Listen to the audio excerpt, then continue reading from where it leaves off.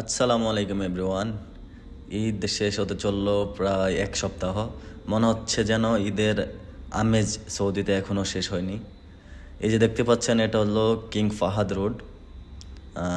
আর যে টাওয়ারটা দেখা যাচ্ছে এখনও ওরা প্রজেক্টর মতো লাগিয়ে রেখেছে টাওয়ারের বাহিরে। এটা একটা ব্রুজ বা বিল্ডিং বলতে পারেন, বড় বিল্ডিং। এটা হলো GW ম্যারিয়ট, সুনামধন্য একটা হোটেল। এটা এটা ইন্টারন্যাশনাল GW ম্যারিয়ট হোটেল।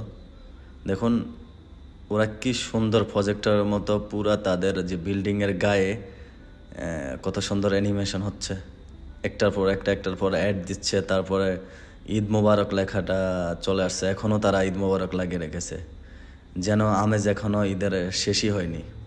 মাশাআল্লাহ, দেখতে কত সুন্দর লাগতেছে। সেম প্রথমে করেছিল তারা কিংডম টাওয়ারে, যেটা সৌদি আরবের আর একটা খুবই সুনামধন্য বিল্ডিং, কিংডম টাওয়ার বলে ওটাকে।